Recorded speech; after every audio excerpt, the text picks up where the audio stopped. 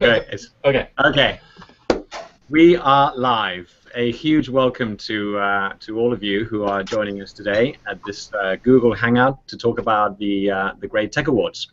My name is Danny Lopez. I'm the British Consul General to New York and also the head of UKTI for the US. And we are really excited to be able to do this today, to talk about the Great Tech Awards. Second year for these awards, and a very simple aim, really, to celebrate the ecosystems in New York, the technology ecosystems in New York, New Jersey, Pennsylvania, and Connecticut, and across the UK.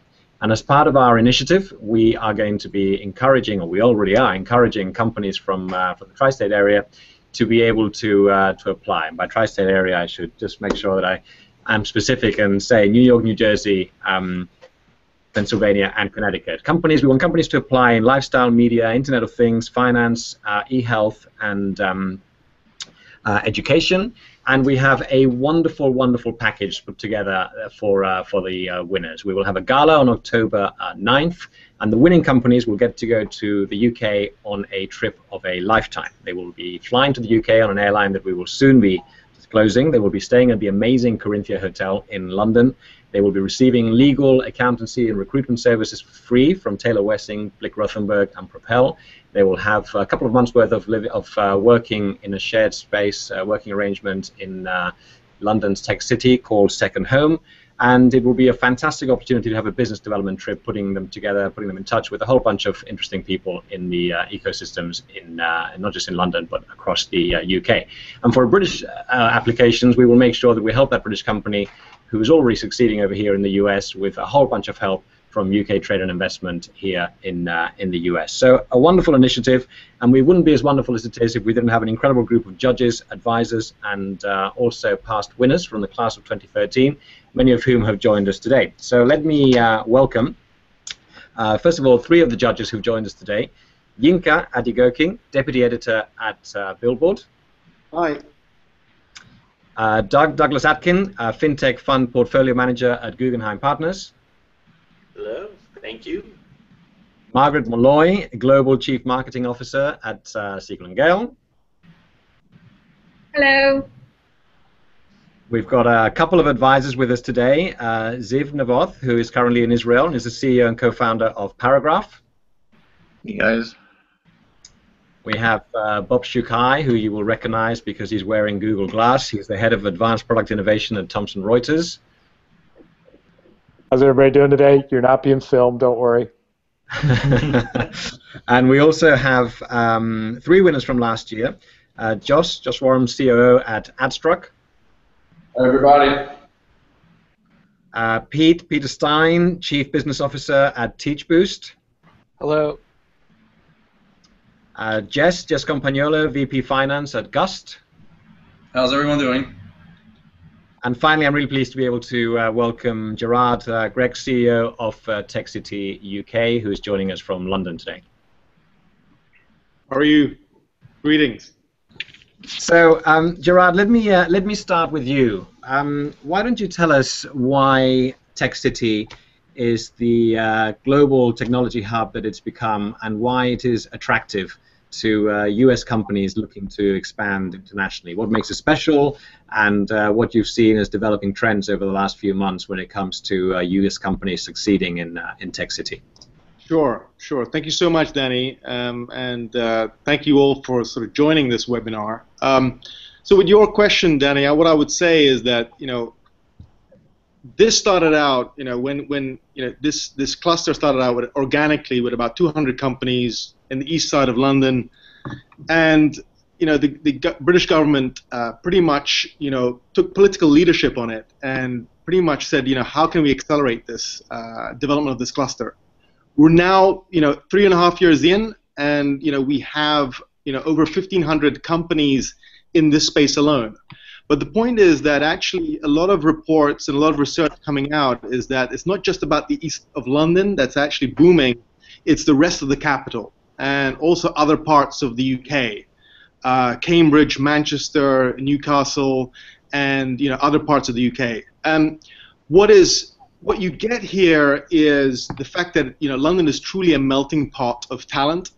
So when it comes to access to digital talent, you are pretty much finding that a lot of people here are very good in big data analytics, app development software, user experience, user interface development. So a whole slew of digital skills that you may not be able to find in other cities. Also, when I meet with a lot of American companies, they're quite surprised, pleasantly surprised by how quickly you can access networks here. So there's a very strong community in this part of town, but also across the capital. When it comes to co-working spaces, there are over 70 co-working spaces in London. Also accelerators. There are about 40 accelerators now in the whole of London. And about over 55 in the whole of the UK. And you get basically a set of accelerators that have very defined areas of expertise. So you have accelerators who specialize in marketing, others in advertising, others in hardware and Internet of Things. So that gives you an indication of how mature the industry is. Thirdly, universities. You have very strong access to strong academic expertise and research here. So you have 4 of the top 10 universities globally are here. You have UCL, University College London, that is, Cambridge, Oxford, and Imperial College London. So again, there's a strong mix of expertise between the academic institutions and the entrepreneurship network that you're getting.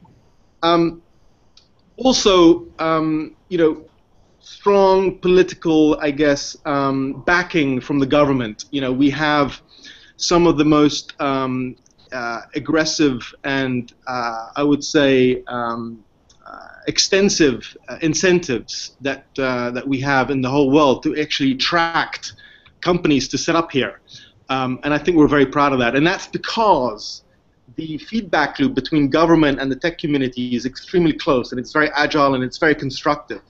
So one of the examples of the result of having that constructive feedback is the fact that we've recently become a designated competent body to the Home Office.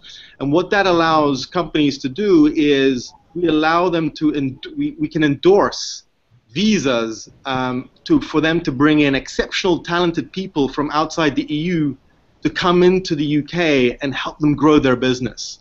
So again, that's a good result, a good example of the strength that you get when you have this feedback loop between government and the tech community. So I guess those are some examples of why we so believe that London is really truly a digital hub for innovation and a fast-growing cluster of digital expertise. Thank you very much, Gerard. So magnet for talent, launchpad for growth, and the high connectivity coming through really strongly there. Yinka, as deputy editor of Billboard, I mean, obviously the ties between the UK and the US when it comes to music and media generally are very strong. But can you give us your own insights into the opportunity there for companies in your space and why it's a good idea for US companies to think of the UK as a launchpad for growth, particularly in music and media? Yeah, thanks. Hi, everyone. Listen, we all know British music has. I'll start off talking about music. British music has always done, really very well in U.S. charts and vice versa. And this has happened since the days of the Beatles, right? 50 years since the Beatles led a British invasion this year. But right to today. More recently, Adele has had the biggest selling album in the last 5 years anywhere, and there are even newer artists coming through like Sam Smith. So there's constantly been this kind of cross-cultural thing between the US and the UK when it comes to music. But the thing that's kind of different about tech is that with tech startups, what tech startups always seem to run into when it comes to dealing with music and media in general is they can create great new technologies and great new ways of doing things and then they run into this problem where they run into issues with rights holders, or just not being able to deal with the way media companies operate. And I can tell you that, and I'm sure many of you know, that media companies tend to operate with a lot of lawyers.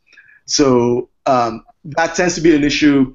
And one of the advantages of being in a city like London is you're not just off in a corner developing your technology. You're actually in the middle of a city where you can just go down the road and talk to a media company, right? All the major rights holders are there in London, and you can learn how these companies work, develop your technology, develop your business, with rights holders, and then you have this extra advantage that it doesn't just stop and end in London, because the thing is, London is an international hub.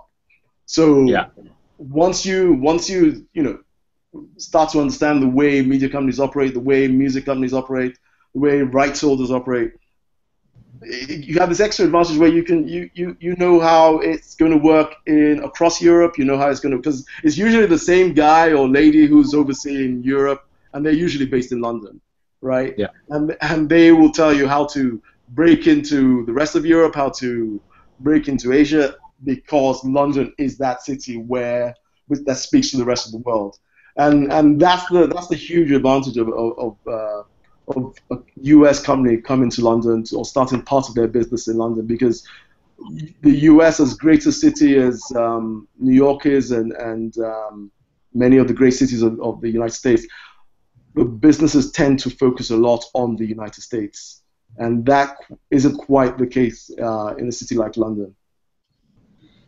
Thank you for that, and it's really good segue really into Doug. Doug, tell us what you're looking for in companies when you're investing in them. What is it that you're after more than anything else, especially as we look at the context of companies who, in the medium to long term, will look to internationalize?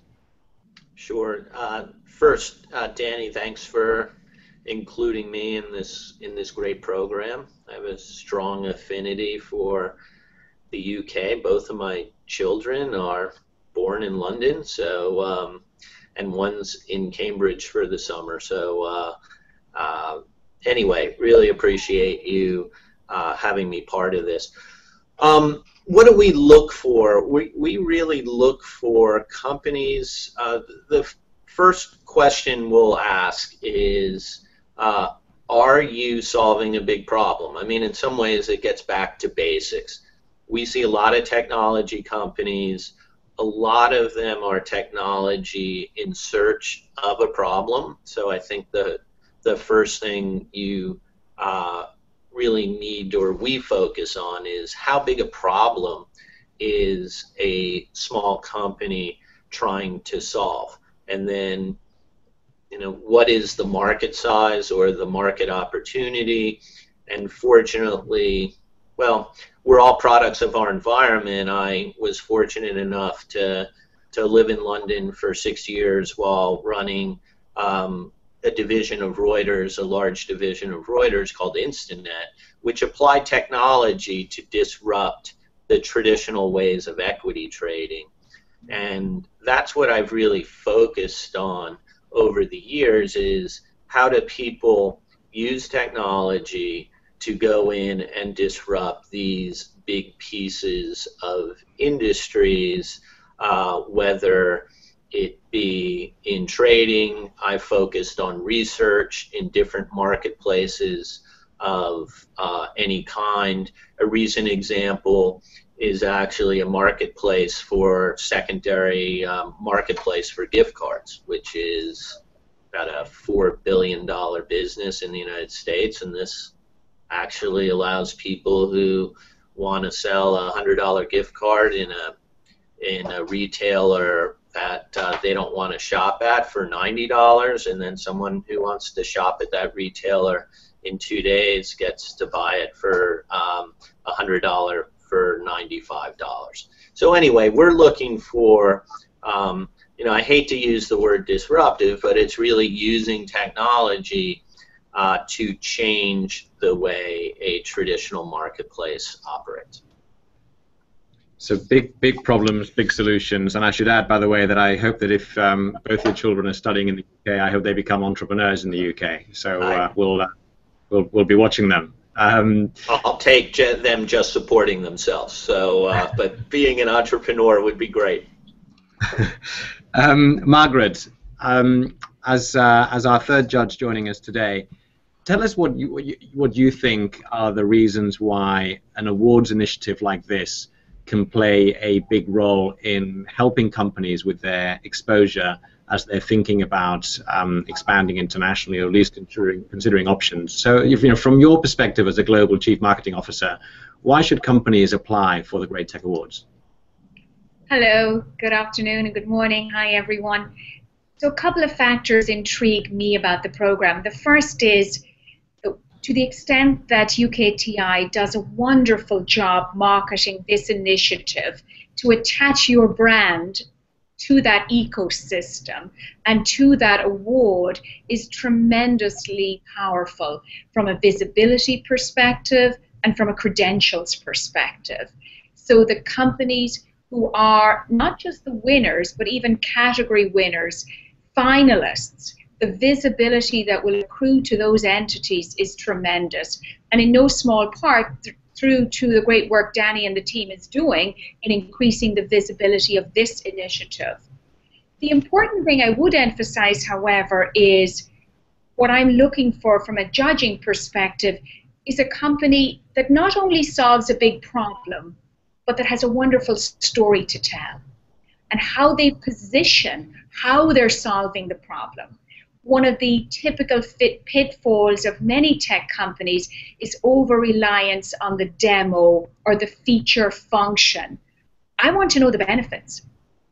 And I want to hear the benefits in a way that are simple. And by simple, I mean fresh and clear. So those opportunities are absolutely essential. And if a company can break through the clutter, become a finalist in the Great Tech Awards, then the visibility that that brand affiliation affords them is just tremendous. Thank you. And telling the story, of course, will be a crucial part of the application process. So it's actually very good advice for the companies applying before it gets to judging stage. Zeev, tell us a little bit from your perspective. Rather than having people interested in the awards hear it from me or my colleagues, Patricia and others, you've lived this. You've seen the support that UKTI, UK Trade and Investment, can provide companies. You've seen it here on the East Coast. You've seen it in Israel. You see it in the UK. From your perspective, why is UKTI an important partner for tech companies looking to expand internationally? Well, Danny, I've built companies on both sides of the Atlantic, and I've seen what's happened in both New York and London and in Israel. And as an entrepreneur, there's so many factors you need to consider when you're expanding internationally. Can I find the right talent? Can I raise capital from local investors? Will I be able to get visas for my team? Is there going to be a lot of red tape that I have to cut across? And the unique thing about what UKTI has done, especially in the last, I say, 3 to 4 years, is kind of take a look at every single obstacle that you can imagine that stands between an entrepreneur and growing his or her company and remove it. So you really end up with what Gerard described earlier, which is the world's most ambitious package and incentives for not only founders and executives who are building their companies, but also for investors. Just taking a look at London, for example, it's already Europe's de facto digital capital, which is probably why when former Mayor Bloomberg was asked what city he considers the competition for New York, he chose London. He didn't choose Silicon Valley. And this is really just more than London now. The UK is already the world's leading e-commerce exporter, and you can see that across all the interaction points that UKTI has with local entrepreneurs. And we'll be hearing, I hope, from some of the winners from last year, this ability to get this kind of red carpet treatment that people maybe aren't aware is really open for every company that's interested in doing business in the UK, not just for the winners. You just don't get that elsewhere. Yeah. Thank you, and it's a good point, because obviously, sometimes the asks that we have are pretty complex in extent, and that's exactly what we're here to do. And sometimes they're really simple, and the whole point is that every company is different, and we're here to deal with every company's problem to turn that into solutions whilst telling a good story. Margaret, that's what we aim to do. Bob, let me ask you, as somebody who has been spending a lot of time now, a number of years. Working between the East Coast here in the US and the tech scene in the UK. What are some of the differences between both, and how have you seen that changing over the years? Yeah, so great question, Danny. I think one of the funniest things when I first saw the way Tech City was sort of positioning itself, there was always this desire in many ways to attempt to, it felt like, compete with Silicon Valley.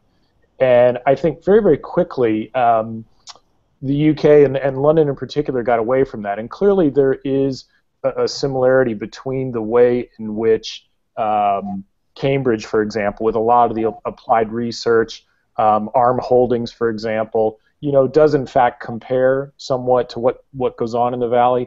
But really, when you look at New York and London, and I would say now most of the UK, what you really see both these environments turning into are applications of technology. That is, dash tech solutions. So it's fashion in tech, it's music in tech, it's financial services in tech. And for a company like ours, that makes it tremendously exciting for us because, in the professional services space that we do, it's not that we're looking at people that are doing hardcore chip design, but we're looking at how people can take applications of technology and develop very, very compelling and very powerful solutions that can change and impact people's lives. And just from how I look at it, from Thomson Reuters, we've partnered with a number of startups all across the UK, and at present we have, I think, about 4 or 5 of those going on, including a very successful initiative taking place right now that's looking at marrying female angel investors with female-led startups in the UK, and it's really tremendous to be able to take, for example, the hundreds of engineers that we have currently sitting in the Tech City Old Street area and give them that kind of exposure to startups, giving startups an opportunity to partner with companies like ours, to work with us, to develop their solutions, and to take great solutions forward, because it's not big companies that are going to solve all the problems of the world. It's going to be smaller companies that are much more nimble, that can see ways to apply data in unique ways that big companies can't do quickly.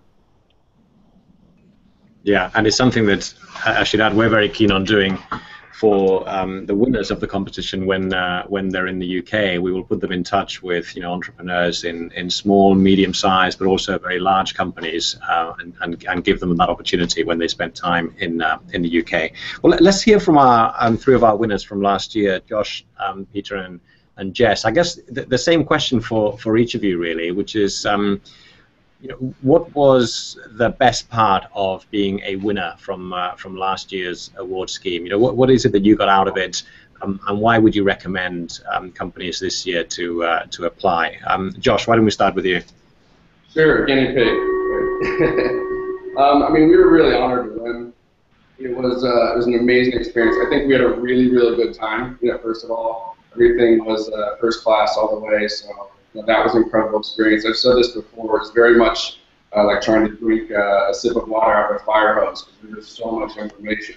And that's really what's been big for us, is the access. The access to the information that we've been able to use as we evaluate the opportunities ahead for us in the UK.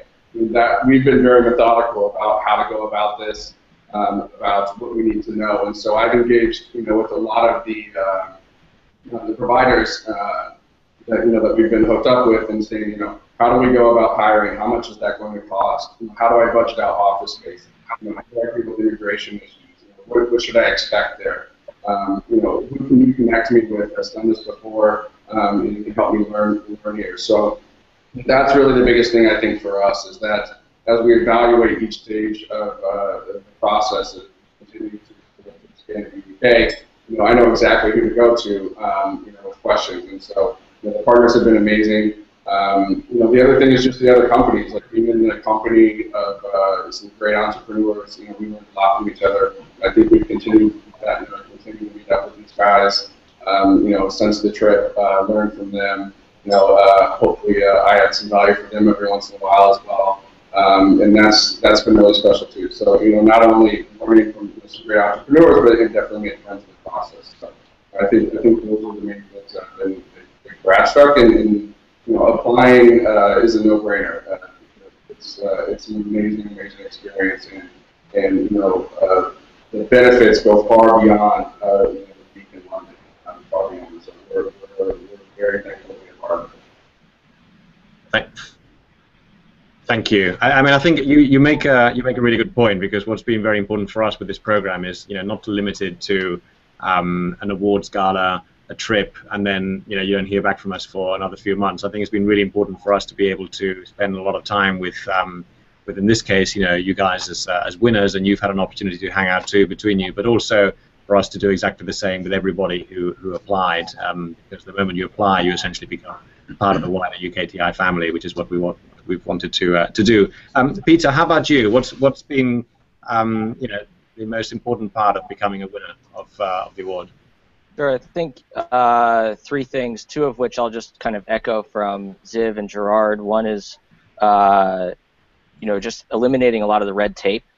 Starting a company is hard enough, and trying to start a company in a different country where you don't know a lot of the rules and regulations and bureaucracy that you have to be dealing with. The UKTI award has really allowed us to cut straight through that and get to the opportunity to start TeachBoost in the UK. Gerard talked about connectivity, and just the number of connections that have been made through this award in the UK have been numerous, in fact, probably countless at this point. And then the third piece is really kind of that ongoing support. So you're right, it's, we applied for the award, we were a lucky winner, and it wasn't just the 1 week trip to London. It's been almost on a weekly basis that I've been in touch with someone from the UK or someone from UKTI. So it's really kind of an ongoing relationship that isn't just an awards package. It's far beyond that. Just the dollars and the time, and that's part of the initial award. It's really what happens after that I think has been almost the most valuable. Thank you. I agree with everything you've said except one thing. You weren't a lucky winner; you were a worthy winner. Just to point. Jess, how about you? Yeah, Peter said it, Gerard, Ziv, they've said it. They've removed a lot of the barriers, and you just get immediate access to some of the most productive, helpful people out there. One thing that I've realized, and Peter touched on this, is just the ongoing support. Because now, it's good to know you have someone that's in your corner when you go out into a foreign country and try to expand. And I've gotten that countless times. Even a month ago, we won. Over 6 months ago we won. And I can just shoot an email over to a couple people, and I get an email that same day. So that ongoing support is huge. And they just connect you to the right people. So if they don't know the answer, or if UKTI doesn't know the answer, then they're going to connect you to someone that does know the answer, and that's been extremely helpful. So, it's been a very smooth process that otherwise could have been very difficult, and it's been beneficial. It's more than just an award. You do have a relationship with a very helpful partner going out to expand and have that international footprint. So, yeah, I echo what Peter has said. Same thing with Josh, Gerard, and Ziv. So it's been extremely helpful. Thank you. From our perspective, we're going to wrap up in a moment, but in terms of the next few weeks, we have a deadline. We've got a deadline of August 1st to receive applications. So we really encourage companies to apply, and if there are any questions, of course, do let us know. But we look forward to receiving a large number of quality applications. That's for sure this year. This is all part of an initiative that we thought about now a year and a half ago, and it really was, as I said at the beginning, to celebrate the ecosystems between the east coast of the US and across the UK, not just London, and Gerard made that point, because actually it really has become a very connected cluster. The UK has become a sort of vibrant cluster of technology hubs, and they're all very close by, and they're all very distinct with their niche specialism, and brought together, it's an incredibly powerful proposition. But I think I'll just, before I wrap up, I'm just going to ask Gerard to say just a few final comments about where you see Tech City going. You know, what do we expect in the next 3 to 5 years? We've seen phenomenal growth. We've seen a lot of excitement over the last 3 years. What's the future holding, do you think?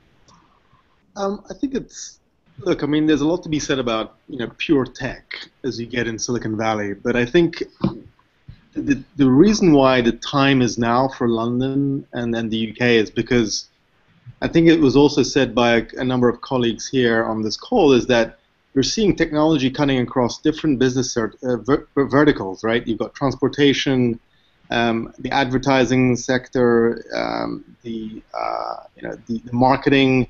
It's crossing multiple business verticals, which is why when you start to look at the data sets, 2/3 of all investment in FinTech over the last year has been here in London and the UK.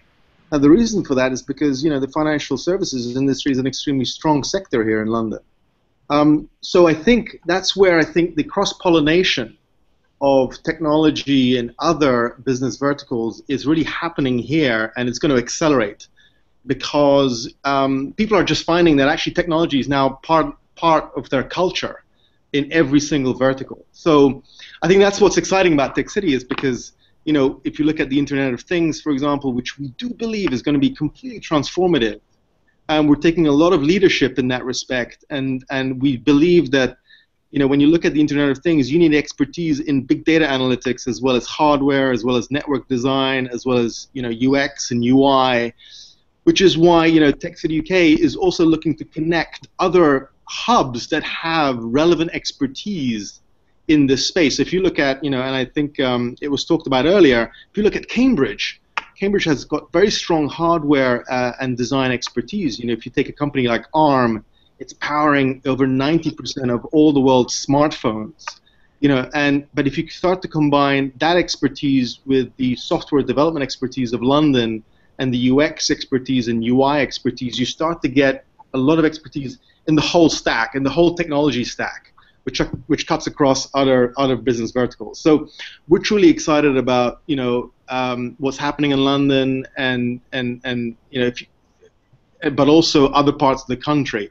And don't take my word for it. I mean, you know, the Bloomberg report that came out about 2 weeks ago pretty much validated some of this. In FinTech, for example, it said that in London and the southeast of England, there were over 44,000 FinTech workers, versus 43,000 in New York City versus 11,000 in Silicon Valley. So that's just proof and validation of this point that, you know, this is truly exciting, and that's what we're looking forward to and seeing more of in Tech City and the whole of the UK. Thank you. Well, let me wrap up and say, first of all, thank you to all of you. I'm going to come by. I say come by, as I'm doing like this with my hands because I can see you all in front of me. So I'm just going to swing by each of you in a moment. But you know, the point I made earlier is so true for me. This would not be as powerful an initiative as it is if it was just UKTI doing it alone. I think the reason why it was such a success last year and is already looking to be a big success this year is because we work with all of you as partners. So let me thank each of you, and if you've got any final comments, please do share. Yinka, first of all, we started with you. I apologize for not having a medley of British music in the background. That's a lesson learned as far as I'm concerned, and we'll do that next time. But thank you so much for joining us today. No, thank you. We learned a lot just in 30 minutes. It's good use of my time. Thank you. Doug, the same. It was very helpful to get your comments, and I'm sure the companies that are thinking about the applications and indeed their own expansions will have really welcomed that feedback. So thank you for joining us today. Thank you, Danny. Margaret, you talked about storytelling and credibility and so much more, the impact on reputation. Really grateful for you joining us today too. My pleasure. Look forward to seeing the applications. Thank you. Ziv, also, thank you very much for joining us and for running us through what you know, companies experience when they deal with us at UKTI. Thanks, Danny. It was always a pleasure. Bob, thank you for joining us. I should mention that Bob has done amazing work over the years connecting the tech scenes in both countries, and for that, Her Majesty the Queen honored Bob earlier this year. So congratulations for that and for joining us today too. Thank you very much, Danny. I mean, it has been such a pleasure working with UK Trade and Investment over the years. It just does a phenomenal job, I think, of providing opportunity in both places, companies looking to come to the UK and companies looking to export their capabilities elsewhere in the world. So apply away. You won't be disappointed. Thank you, Josh. Thank you very much for joining us and for joining the family a year ago and still sticking with it. It was my pleasure. Thanks so much. Thanks for everything that you do, and we wish all the applicants the best. Thank you, Pete. The same goes to you. Thank you very much. Yeah, thanks. Happy to participate.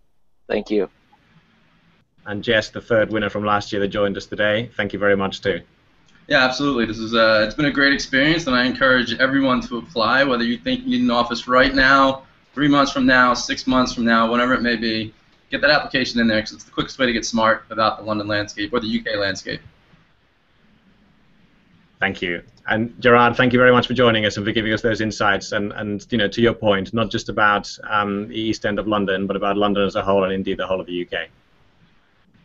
Thank you so much, Danny, and I wish the best of luck to the winner, to the applicants. And you know, Danny, all I can say is, you know, I love the fact that UKTI continues to be so progressive and forward-thinking. I think this is exactly what, you know, every government around the world would want to wish for. So thanks for flying the flag high for us in New York. Thank you. Well, thanks to all of you. It's been a great hangout. Let's do this again. Sure thing. Thank you. Thank you. Thank you, everybody. Bye. Goodbye. Bye. Bye.